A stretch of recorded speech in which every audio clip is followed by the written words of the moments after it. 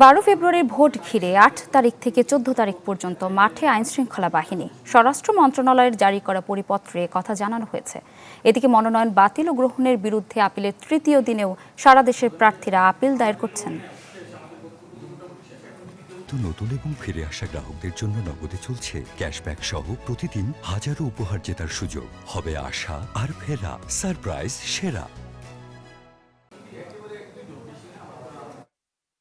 সিদ্ধান্তে প্রার্থিতা হারিয়েছেন সারা দেশের 726 জন। প্রার্থিতা ফিরে পেতে প্রত্যন্ত অঞ্চল থেকে ঢাকায় আপিল করতে এসেছেন প্রার্থীরা। তাদের অভিযোগ, সামান্য কারণে বাতিল করা হয়েছে তাদের মনোনয়ন। তবে সবকিছু ছাপিয়ে তাদের উদ্বেগ, নির্বাচনে কেমন থাকে আইনশৃঙ্খলা পরিস্থিতি। বিশেষ করে তফসিল ঘোষণার পর কিছু ঘটনা তাদের শঙ্কা বাড়িয়েছে।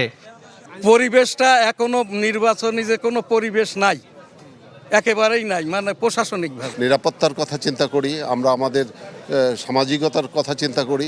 আমরা মনে করি যে একজন ভালো লোকের জন্য ভালো পরিবেশ দরকার আছে। দেশের 81টি বেসরকারি সংস্থা পর্যবেক্ষণ করবে ত্রয়োদশ জাতীয় সংসদ নির্বাচন ও গণভোট। এরই মধ্যে তারা কাজ শুরু করেছেন। আইনশৃঙ্খলা পরিস্থিতি নিয়ে উদ্বেগ আছে তাদেরও। তাগিদ দিচ্ছেন রাজনৈতিক দলগুলোর মধ্যে আস্থা বাড়ানোর। আইন শৃঙ্খলা পরিস্থিতি ওভারঅল আপনারা জানেন যে খুব সন্তোষজনক না। শেষ পর্যন্ত নির্বাচন আইন শৃঙ্খলাটা কতখানি মানে স্বরাষ্ট্র মন্ত্রণালয় কিংবা এরা কুলে উঠতে পারবে, কেমন করে এটাকে রক্ষা করতে পারবে, আইন শৃঙ্খলার অবস্থা কেমন থাকে।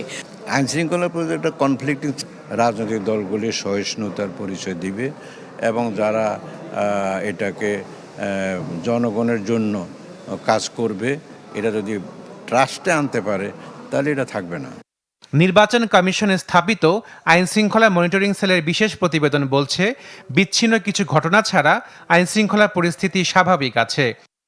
এদিকে স্বরাষ্ট্র মন্ত্রণালয় থেকে জারি করা পরিপত্রে বলা হয়েছে, ভোটের 4 দিন আগেও পরে 7 দিন নির্বাচন কেন্দ্রিক দায়িত্ব পালন করবে আইনশৃঙ্খলা বাহিনী। 8 থেকে 14 ফেব্রুয়ারি পর্যন্ত মোতায়েন থাকবে সশস্ত্র বাহিনীও, সহায়তা করবে বেসামরিক প্রশাসনকে। আশেকিন প্রিন্স, চ্যানেল 24, ঢাকা।